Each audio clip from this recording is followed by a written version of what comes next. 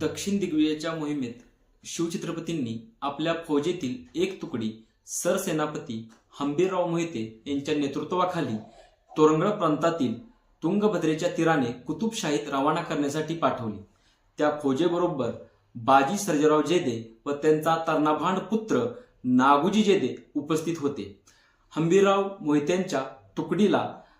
बहिलोल खान याचा पठाणी कडवा सरदार म्हणजे हुसेन खान मियाना याने गाठले आणि त्यावेळी हंबीरराव मोहित्यांच्या या तुकडीने या हुसेन खान मियानाचा पराभव केला। या पराभवामध्ये 2000 घोडे व काही हत्ती हस्तगत झाले। त्यावेळी आपल्या सेनेचा पराभव होत असलेले पाहून हुसेन खान मियाना पळ काढू लागला आणि त्यावेळी ही गोष्ट नागोजी जेदे यांनी पाहिली आणि नागोजी जेदेने आपला घोडा हुसेन खान मियाना याच्या हत्तीजवळ आणला आणि हत्तीच्या सोंडेवरती तलवारीचा एका प्रहारामध्ये सोंड